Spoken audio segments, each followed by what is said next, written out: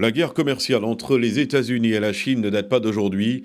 La confrontation commence en 2018, lorsque Washington lance une large enquête sur les pratiques commerciales chinoises. Pékin réplique immédiatement.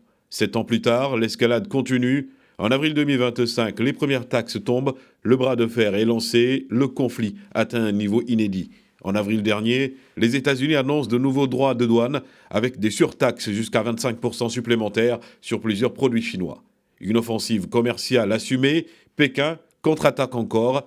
Mai 2025, la Chine impose 15% de taxes additionnelles. Puis, quelques semaines plus tard, la riposte se durcit jusqu'à 125% de droits de douane sur certaines importations américaines, un record depuis le début du conflit.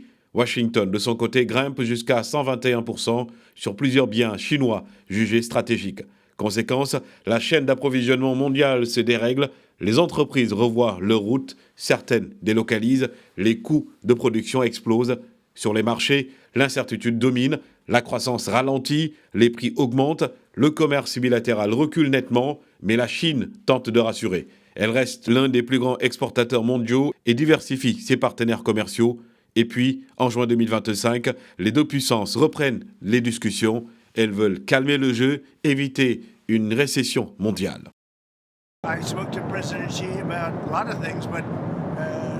J'ai également eu une très bonne conversation avec le président Xi Jinping et je pense que cette partie du monde se porte bien, principalement grâce au commerce. J'ai parlé au président Xi de nombreux sujets, mais surtout du commerce et de l'achat de nos produits étrangers. J'entretiens d'excellentes relations avec lui. Depuis le début du second mandat du président Trump, les chefs d'État chinois et américains ont maintenu des contacts réguliers. À ma connaissance, c'est la partie américaine qui a pris l'initiative de l'entretien téléphonique et l'atmosphère des discussions était positive, amicale et constructive.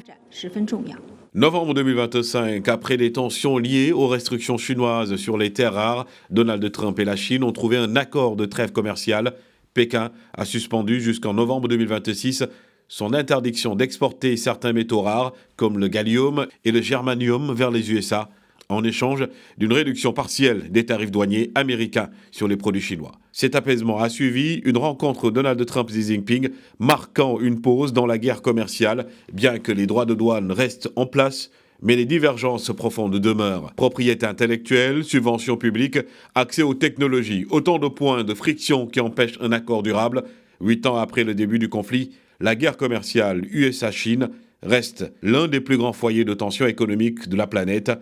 Une confrontation qui, en 2025 encore, redéfinit les équilibres mondiaux.